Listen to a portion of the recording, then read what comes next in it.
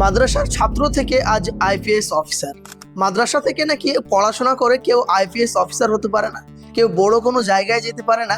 আজকে তা প্রমাণ করেছে কিন্তু একজন আইপিএস অফিসার, সে শেখ হাবিবুল্লাহ। তিনার নাম শেখ হাবিবুল্লাহ। তিনি একজন মুসলিম সম্প্রদায়ের অর্থাৎ মুসলিম ঘর থেকে উঠে আসা এক যুবক।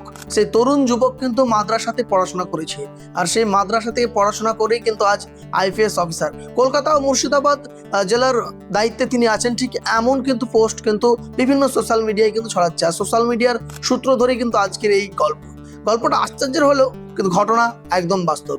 মাদ্রাসা থেকে পড়াশোনা করে আজ আইপিএস অফিসার শেখ হাবিবুল্লাহ। তার গল্পের পেছনে লুকিয়ে আছে এক অন্যতম পরিশ্রম। কারণ গরিব ঘর থেকে উঠে এসে মাদ্রাসা থেকে পড়াশোনা করে আজ আইপিএস অফিসার। বর্তমান রাজ্য রাজনীতিতে যখন মাদ্রাসা স্কুল নিয়ে যখন বিতর্ক উঠছে, সেই জায়গায় হঠাৎ ছবি পোস্ট কিন্তু শেখ হাবিবুল্লাহ। সেই জায়গায় দেখা যাচ্ছে আইপিএস অফিসার হয়েছে মাদ্রাসা থেকে পড়াশোনা করে।